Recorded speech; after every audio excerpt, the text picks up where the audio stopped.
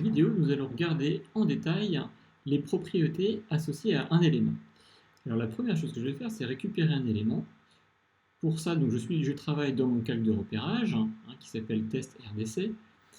Je vais afficher la vue 3D, utiliser l'outil de zoom out pour zoomer sur les éléments déjà dessinés dans ce calque de repérage.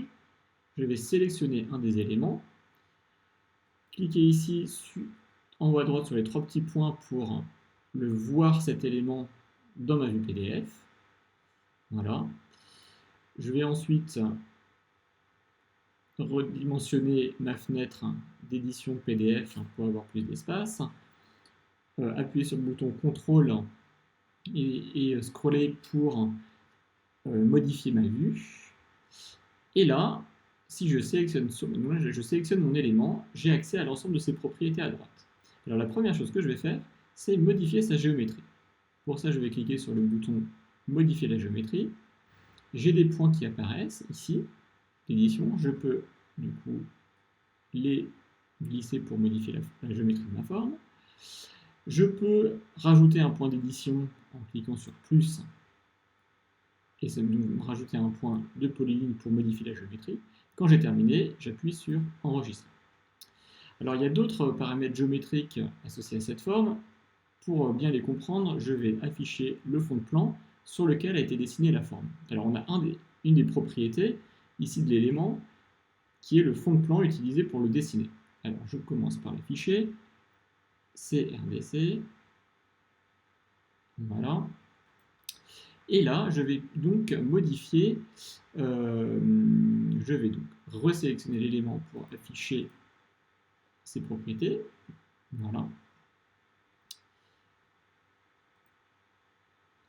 Et je vais modifier ça, par exemple, alors ici, la géométrie, dans les paramètres géométriques, j'ai le paramètre D1. Pour voir à quoi correspond ce paramètre, je regarde l'image, ici, et je vois que D1 correspond à l'épaisseur, finalement, du trait.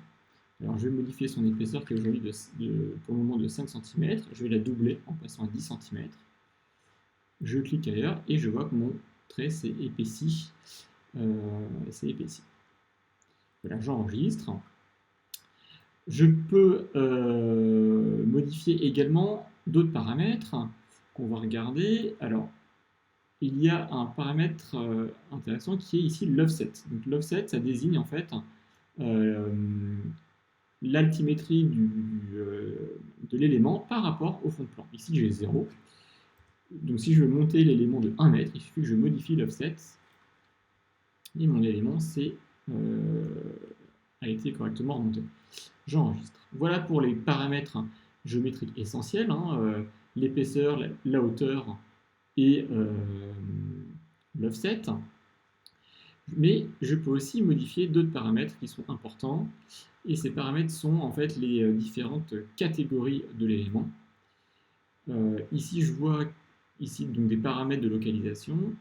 Je peux préciser le secteur de l'élément. Donc ici, je vais préciser que l'élément appartient au rez-de-chaussée du bâtiment C.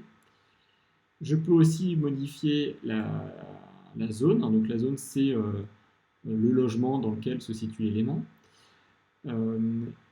Voilà, donc là, j'ai la liste de mes zones et je vais choisir donc le CRDC et le premier logement qui est un T2. Voilà. À chaque fois que je modifie une propriété de l'élément, je dois bien penser à appuyer sur sauvegarder pour que la modification soit enregistrée. Pour synchroniser les données de cet élément qui ont été modifiées, il faut que je pense à cliquer sur le bouton ici enregistrer. Une synchronisation est lancée. Je peux voir ici un petit bouton rouge qui indique que les données sont parties sur le serveur. Donc voilà pour les différentes propriétés clés de l'élément. Si je récapitule, en cliquant sur l'élément, j'ai dans ma fenêtre de propriétés différentes informations. Alors on a commencé par regarder les propriétés géométriques, l'épaisseur, la hauteur, l'offset par rapport au plan de base, et quelques données de catégorisation, en particulier le secteur et la zone.